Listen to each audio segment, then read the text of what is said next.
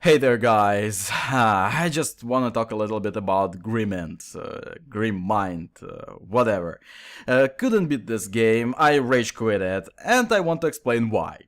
But first, in my long quest to find a new scary game to play, I checked Greenlight and found Grimind. It looked like a promising game that focuses on its passive-aggressive, slowly building atmosphere of dread. So I voted for it. I don't regret it, it's not the worst game on Steam by far. It is just not a horror game.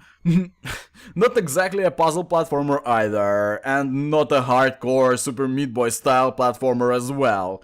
Which is the main problem this game has. It doesn't know what it wants to be. As a result, it is frustrating as fuck. Funny how it is coming from me, a person who enjoys both platformers and horror games. I like and I did beat games like Super Meat Boy, VVVVVV, Electronic Super Joy, games that kill you over and over again, giving little margin for error. I like slow, oppressive, Silent Hill-esque horror. Even puzzle platformers I'm okay with. Not exactly my favorite genre, but not the one I hate.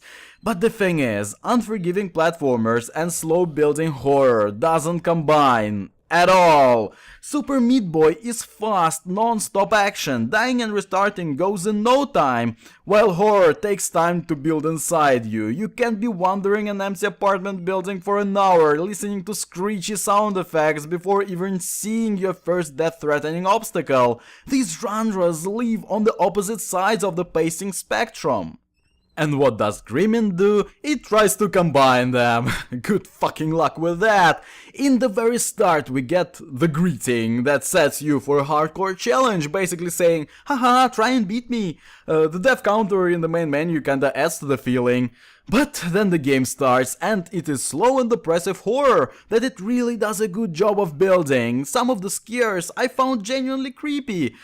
But there will be a moment when the game itself just smashes everything it has built with a fucking sledgehammer, leaving you screaming with frustration at the screen.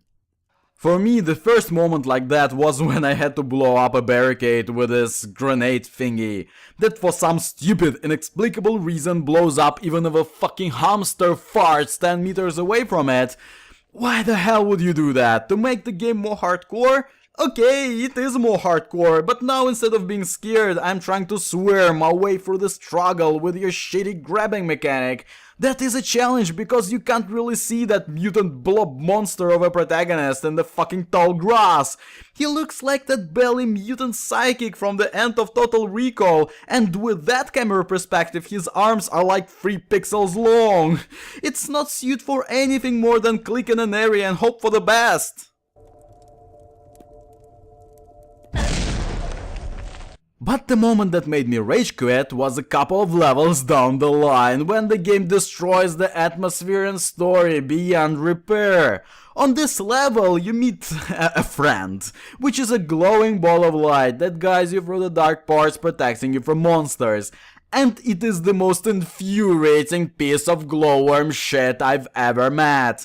His help is worthless. Because of it, the character dies like a dozen times, just because someone decided it would be a brilliant idea to make light radius as small and murky as possible, and make that piece of glowing spunk take unpredictable 90-degree turns, while 2 seconds in the darkness get you murdered. It is impossible to go through on your first try. You cannot beat it unless you know in advance where the thing will go. And worst of all, it makes no sense in the in-game world. That fucking thing can talk and understand you. Why don't just tell it? Hey you, stick close to me. Or it would warn you where it goes at least. As it is, it just gets you murdered. The last drop is when you beat that fucking level. The game goes, oh, finally I have a friend. It is so fucking wonderful. No, fuck you game! If I had a friend like that, I would put rat poison into his coffee and throw popcorn at his face watching him choke to death. Fuck that guy! You cannot do both. You either build an atmosphere that immerses you to the point that you flip every light switch on your way to the bathroom at night, Or you make a precision platformer that requires pattern learning through the medium of death. Otherwise you create nothing but annoyance. It is like an out-of-place jump scare in an otherwise great movie. Or imagine if Silent Hill had an unforgiving QTE every 30 minutes. You just don't do it because it is simply dumb. The name is GrrrVahrrr, and I shall see you from within my next video.